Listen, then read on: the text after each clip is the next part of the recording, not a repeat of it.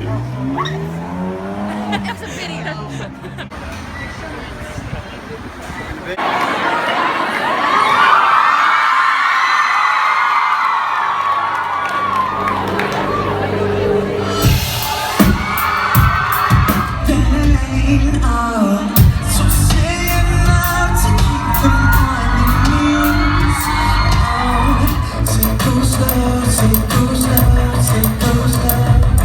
We are finishing a long tour with Andy Black.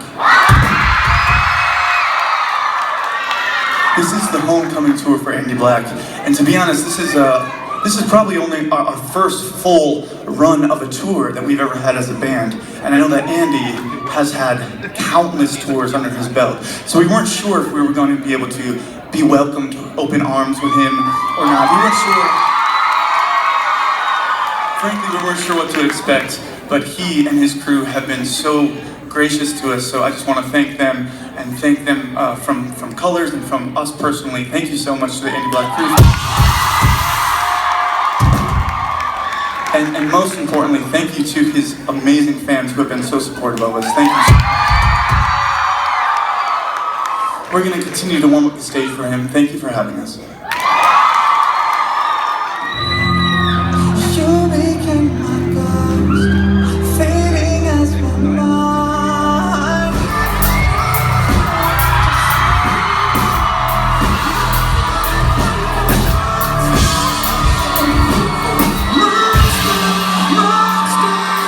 Thank you guys so much.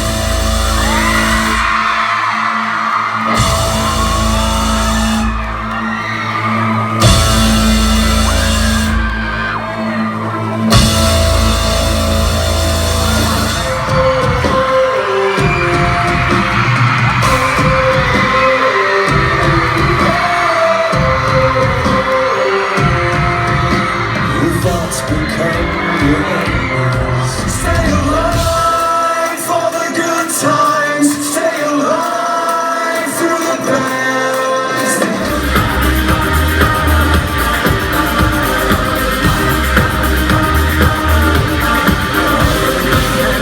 Never leading home, cutting out from my flesh and bone. Well, Los Angeles, how are we feeling tonight? Welcome to the first ever Andy Black tour. Have you guys enjoyed yourself so far tonight? Let's give it up for the band who played before us. How about Colors? Give it up for Colors. Absolutely fantastic human beings. One of my favorite bands I've ever toured with. Please go out, buy their record, buy their merchandise. Please support them because they're fantastic people. And it's a really rare thing on the road to meet people that are so fucking kind. So please give it up for them one more time. Oh, I am happy to be here with you.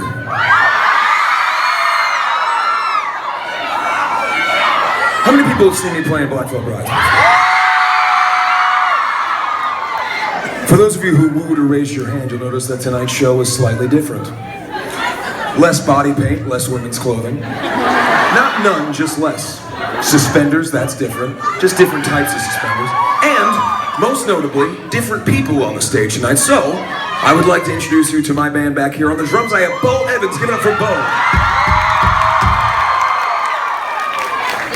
Los Angeles, many of you have social media accounts, correct? You all.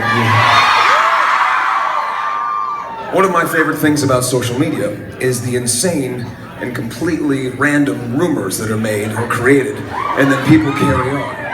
So let me just tell you one of my favorites that I've ever experienced. 2 nights ago, we played a show, and after that show, someone decided that I had stormed off the stage because I was jealous of how people like Bo better than me. Let me just say that I am jealous of Bo. But I did not storm off the stage. I stay firmly on the stage, annoyed as shit at Bo every night. Because, as you see, I've gone to great lengths. I've put my fucking name on the backdrop, ladies and gentlemen.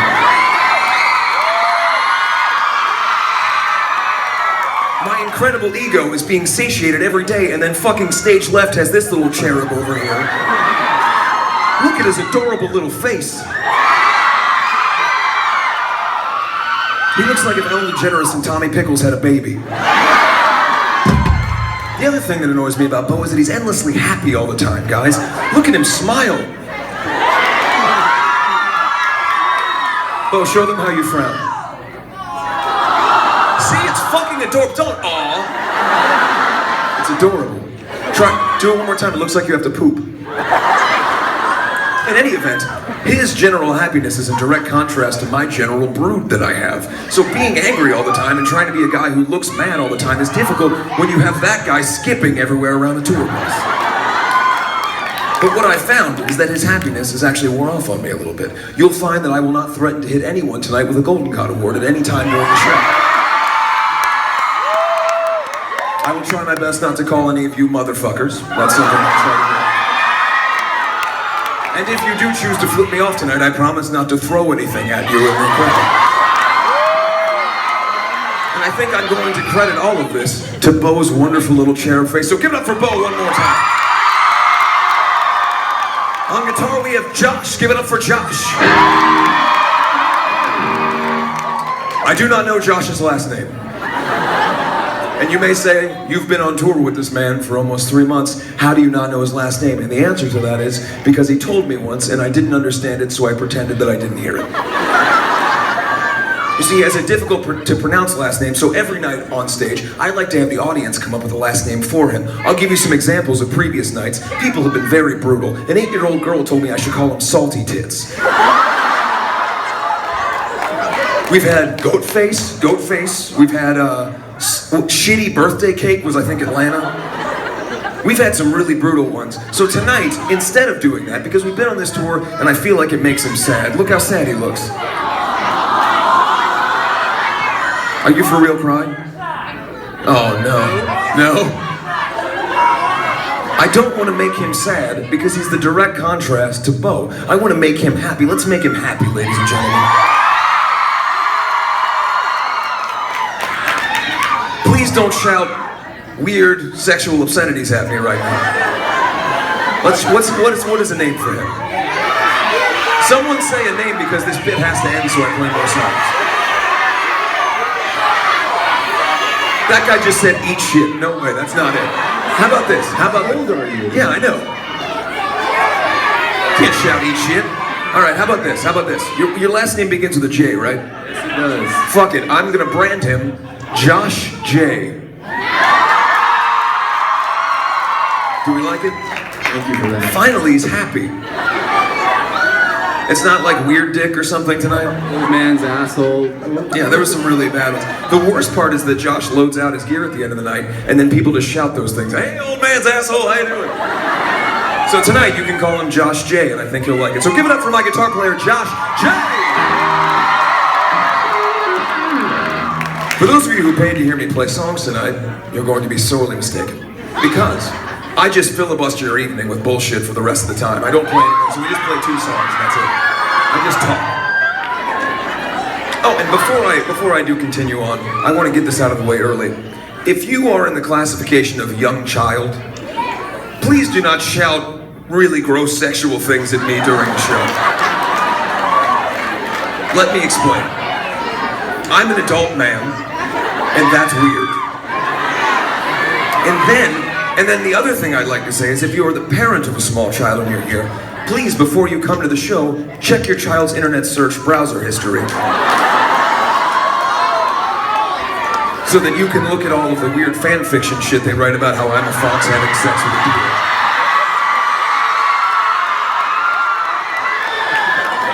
My point is I want to have a family show going tonight, okay? Can we make that a thing? Can we make it to where this is about songs? So I just want to get that covered right now. There's another thing I'd like to say.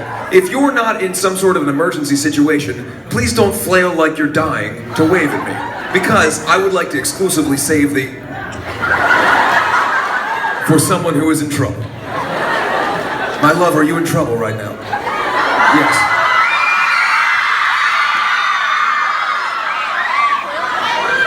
I have a feeling that "Do you remember me" does not mean you're in trouble. Also, for everyone whose birthday it is, let's just do this. Happy birthday.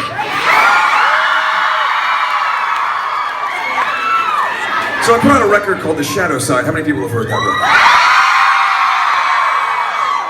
For those of you who didn't woo or raise your hand, I don't know why you're here tonight. You're going to be confused. But I don't want to assume that everyone's heard everything I've ever done, so I'm going to play a song that you've probably heard. It's not by me, it's by a guy named Billy Idol. It's called Dancing with Myself. Dancing with myself, when there's nothing to lose and there's nothing to prove. Dancing with myself. I've been going to rock shows my whole life, and I've been singing on stage for my entire adult life, and I want to share two things with you that are my favorite things that happen at rock shows. And it happens at every single show I've ever been to, ones I attended, ones I played. When the song ends, and then everybody stops cheering, there's this weird moment of quiet, and then someone loses their goddamn mind out of nowhere and shouts something completely insane. So that's part one. Part two is everyone agreeing with that insane thing that's being said. I'm a victim of it. So someone goes, "Daddy!" And then everyone else goes, "Yeah!" Because you want to be part of it, you want to be excited about something. And so I appreciate the energy in this room. Are you having fun? I feel like everyone's having a good time. Your arm's gonna get tired, though. Go. I like this. Hi. Do you want to, should we just do waving now? Let's get this out of the way. Hello.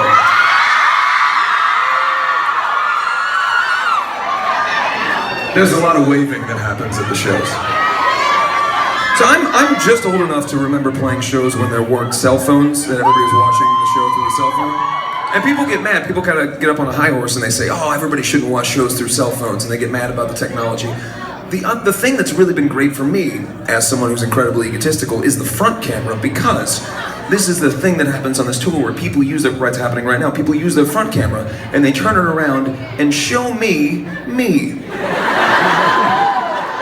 You might think this would annoy me or weird me out, but you are underestimating my ego, because I get to watch me on stage. And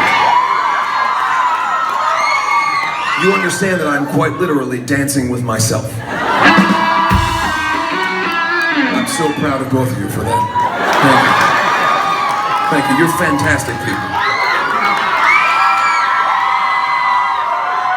Admittedly, going into this tour, which is a very different type of tour, I was a little bit anxious. I played with the same people on stage for the better part of the last 7-8 years, and so it was a scary proposition, the idea of going on stage with different people behind me or on the side of me. And I've really lucked out with these two guys. They're fucking amazing people, and we've had so much fun on this tour. Josh and Bo are fantastic. Please give it up for them one more time. We are absolutely having a blast on this tour. Are you enjoying yourself, Bo? I can't hear you. No, they're asking for the Stitch voice. The Stitch voice? I knew it would work. What's the Stitch voice?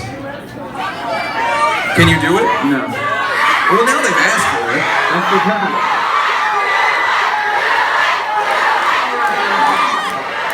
Hey, I gotta get into it. I'm sorry I started this, though. I know you did. Did you fucking start this? Yeah, you did. A few nights ago, I told him to do the Stitch voice. Where the hell was I? You were on stage, right there. I guess I genuinely don't listen to you, Bo. But Hamilton's family.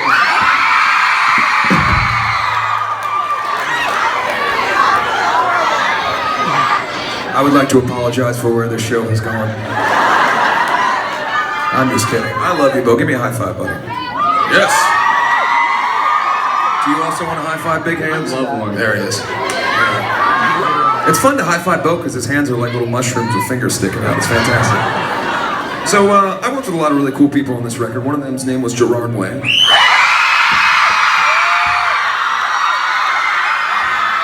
I wrote a song with him, it's called Louder Than Your Love, and it goes like this. Wide awake, we'll have the gates, we never come home. We never see all of them. Thank you.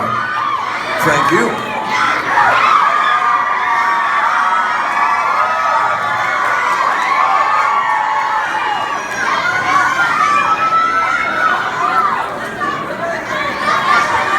So as I've said, this tour is it's a different experience for me, having the opportunity to be in a more intimate setting with you guys, and I mean that in the least creepy way possible. Just being closer in proximity, and I get a chance to tell stories and talk about myself and my life. And obviously, musically, this is very different. So it's really cool to have the opportunity to do this, and thank you so much for those of you who came out and supported something very different musically from my career in Black Veil Brides. Whether you're a fan of BBB or you're a fan of just this or both or whatever, I really appreciate you giving me a chance to be on stage and to do this. It means a lot to me. As I said, I've been on stage for a long time, and I've toured for a long time. And, by virtue of touring, I've met a lot of really cool people. I've met a lot of people who affected my life in different ways, who toured with me, and people that worked for the band. Obviously, you have a crew that works for you, and then sometimes those people come and go, and sometimes they're passing friendships and relationships, and you don't get to spend a lot of time with them, and sometimes you wish you got to spend more time. I had a friend named Chris Holly who worked for Black Veil Brides for a while, who meant a great deal to me, and unfortunately Chris passed away way too soon. And so for me, all I can do as someone who writes songs and music is to dedicate a song to him. I wrote this song about him, it's called Beautiful Pain. I hope you like it. Life was a shooting star that burned out way too fast. Don't say goodbye tonight. Don't say goodbye tonight. Don't say goodbye tonight.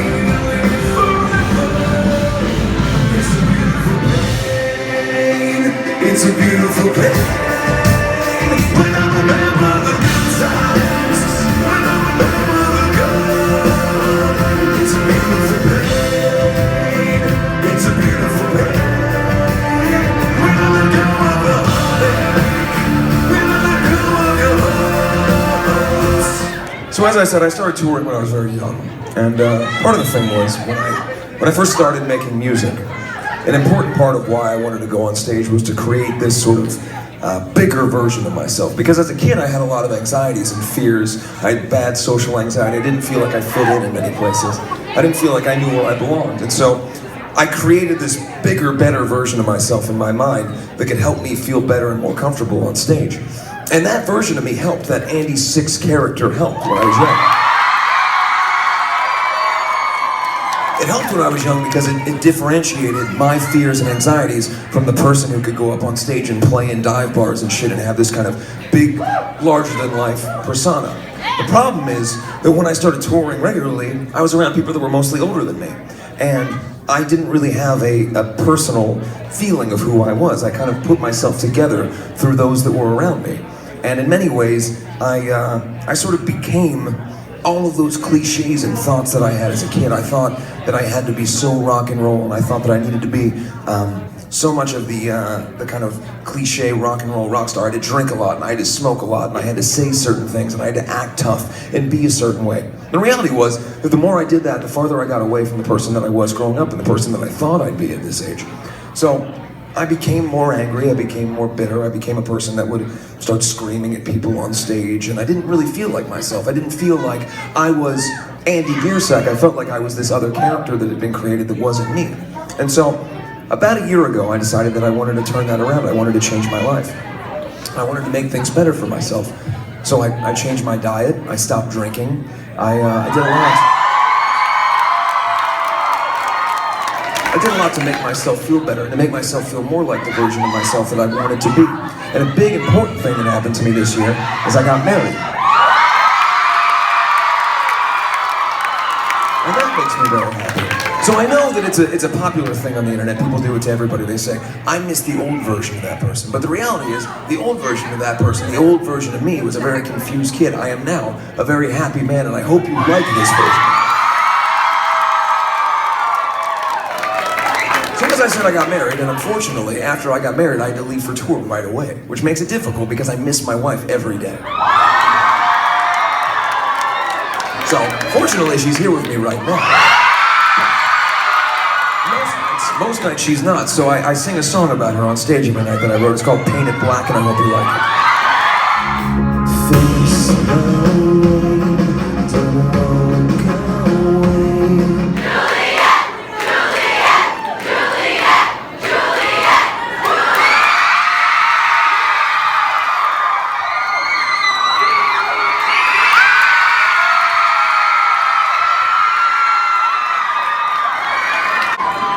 Generally, this part of the show, for most of the tour, I was telling stories about, what it's like to grow up to be different and all that stuff. And the reality is that things happen in the world that sometimes shake your understanding or how you feel about things.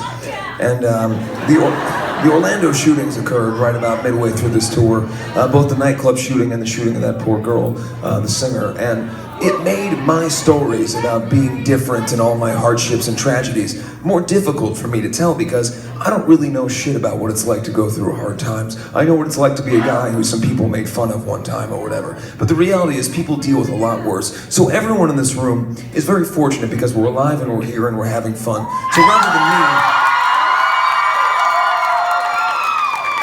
me telling some story about what it's like to be the different guy or whatever else, I'd rather that we all just take a moment in this room and take a moment of silence to think about the victims and the families of the victims in Orlando. And instead of thinking about me or ourselves or whatever else, I think that's a better way to spend the time right now.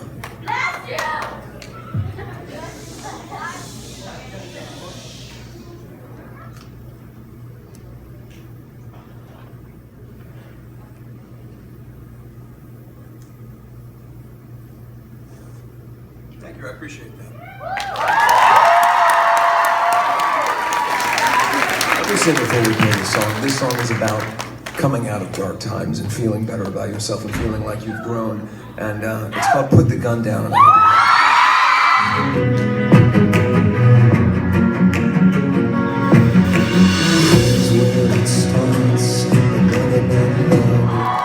Los Angeles, this has been an excellent homecoming. Thank you so much. I really appreciate it.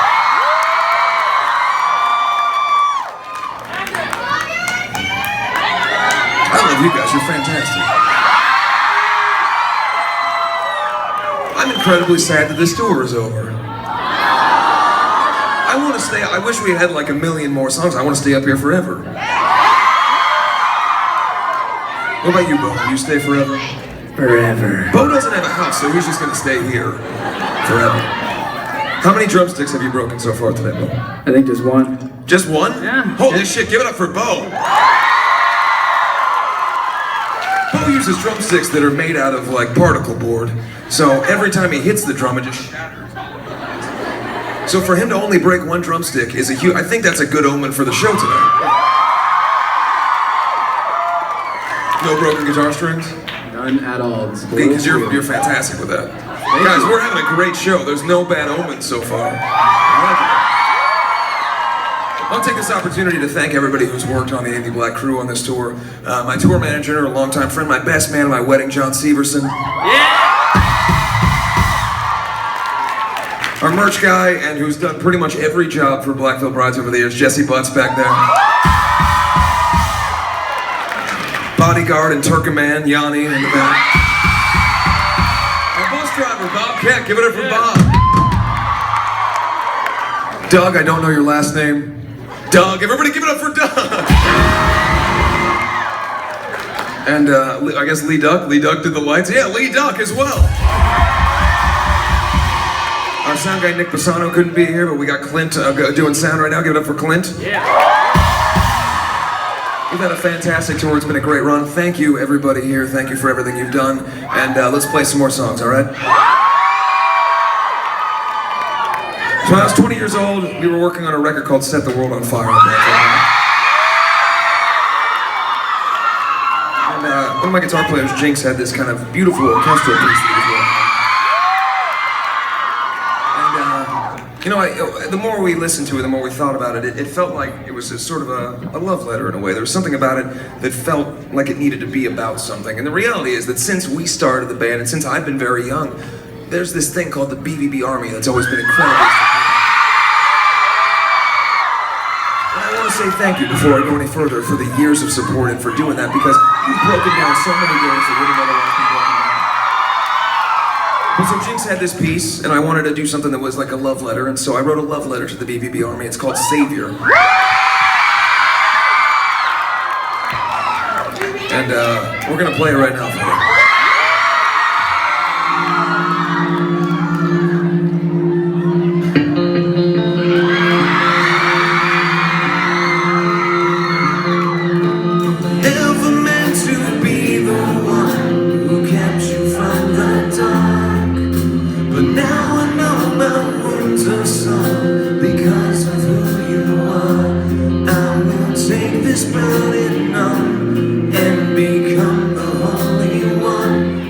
Let's play a song that we haven't really played before. We played it like once before. It's LA, we should try something else, right? We should do something. Do you remember it?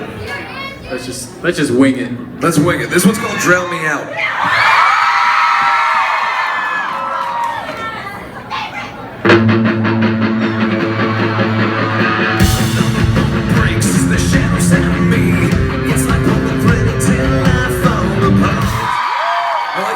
Give it up for yourselves one more time. Thank you so much for coming out. I wish I could stay forever. This is our last song. It's called They Don't Need to Understand.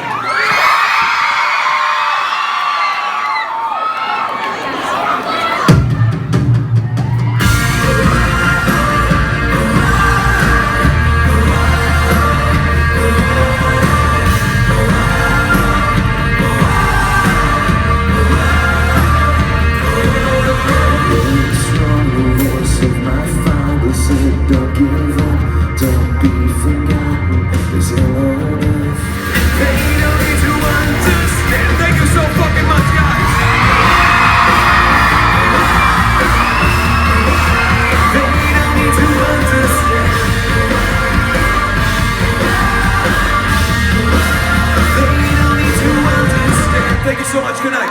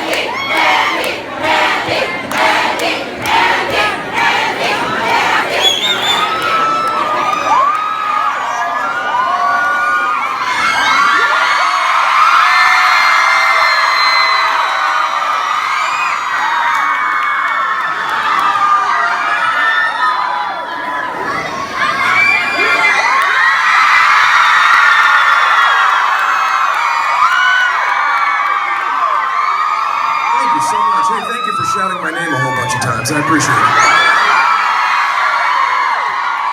I have to say something. I lied to you about the other one being the last song, and to be fair, I lie every night all the time about it being the last song. I don't know why that happens. I don't know where it started, where people in the band on stage go, "This is the last song," when it totally isn't, and we all know that it's not the last song.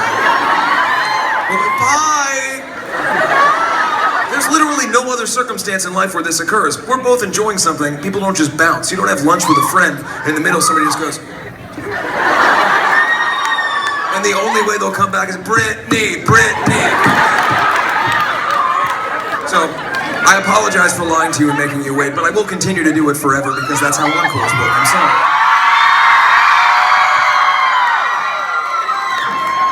We got one more. What do you want to hear?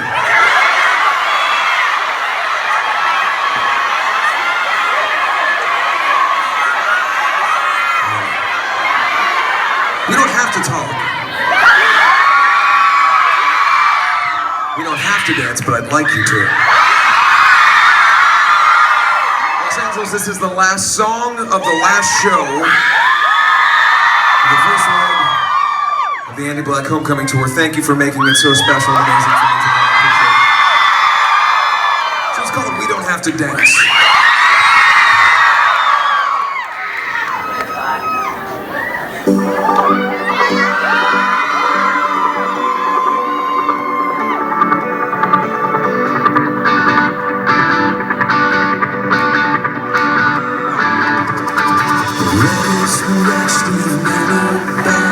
Tattooed necks and tattooed